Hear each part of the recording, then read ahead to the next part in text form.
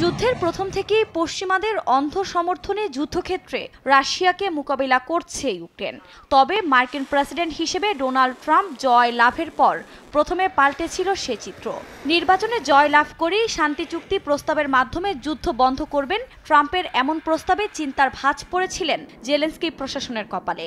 এর প্রভাবে ইউক্রেন যুদ্ধ বন্ধে সম্ভাব্য শান্তি আলোচনা নিয়ে যখন আন্তর্জাতিক রাজনৈতিক অঙ্গনে গুঞ্জন চরমে, ঠিক তখনই যুদ্ধের দামামা বেজে উঠল দ্বিগুণ তীব্রতা নিয়ে। বিদায়ী মার্কিন প্রেসিডেন্ট জো বাইডেন রাশিয়ার অভ্যন্তরে লক্ষ্যবস্তুতে আঘাত করার জন্য ইউক্রেনকে দূরপাল্লার ATACMS ক্ষেপণাস্ত্র ব্যবহারের অনুমতি দেন।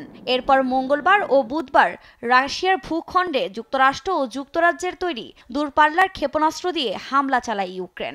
জবাবে বৃহস্পতিবার ইউক্রেনের দিনিপ্রো শহরে নতুন প্রজন্মের ক্ষেপণাস্ত্র হামলা করে ক্রেমলিন। এর মধ্য দিয়ে এক সপ্তাহের মধ্যে রাতারাতি পাল্টে যায় 2022 সাল থেকে চলতে থাকা ইউক্রেন রাশিয়া যুদ্ধ।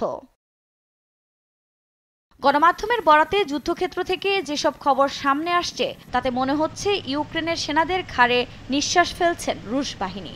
কুর্স্ক অঞ্চল থেকে ইউক্রেনীয় বাহিনীকে সরাতে ক্রমাগত চেষ্টা চালিয়ে যাচ্ছে রুশ সেনারা। তাদের আক্রমণে বারবার পিছু হটতে বাধ্য হচ্ছে ইউক্রেন।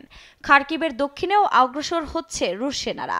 জাপোরিজিয়ার দক্ষিণাঞ্চলেও ইউক্রেনীয় বাহিনীকে চাপে রেখেছে রুশ বাহিনী। সেই সঙ্গে নিজেদের অস্ত্রের মজুদও বাড়াচ্ছেন পুতিন।